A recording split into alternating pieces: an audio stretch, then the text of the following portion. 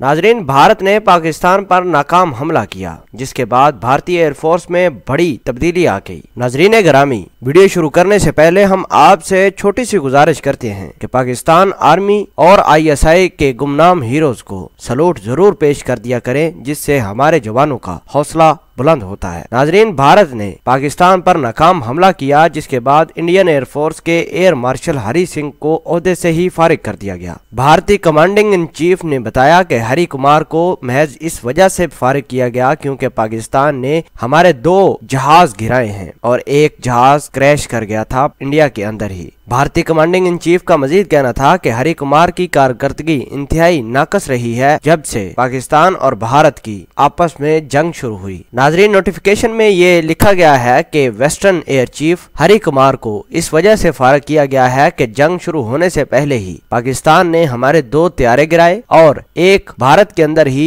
जंगी तैयारा crash कर गया। नाजरीन, आज की इस नोटिफिकेशन में यह भी लिखा गया है कि 27 फरवरी को भारत के 3 जंगी जहाज तबाह हुए। उन 3 जहाजों में से 2 तो पाकिस्तान के शाहीनों ने गिराए और एक खुद ही भारत के अंदर क्रैश कर गया था। नाजरीन, आगाह करें आपको कि हरि कुमार की जगह नया एयर चीफ रघुनाथ नंबियार को बनाया गया है और इसका नोटिफिकेशन भी जारी कर दिया गया है। नाजरीन, आपको बड़ी खबर दे रहे हैं कि भारत की एयरफोर्स में बड़ी तब्दीली आई है। नाजरीन गिरामी, पाकिस्तान के शाहीन ने भारत के 2 जहाज गिराए थे, एक इंडिया साइड में गिरा था और एक पाकिस्तान में गिरने वाले जहाज से जिंदा बच जाने वाले पायलट को पाकिस्तान ने वापस भी कर दिया है। बरतरफ होने वाले हरि कुमार भारत के अताशी भी रहे हैं इसराइल में। जनाबे वाला, ये थी वो खबर जिसमें पाकिस्तान ने अपना डर बिठा दिया है इंडिया वालों के ऊपर। नाजरीन, क्या आप भी पाकिस्तान से ये हाथ नहीं मिलाएंगे दोस्ती का? क्या अमन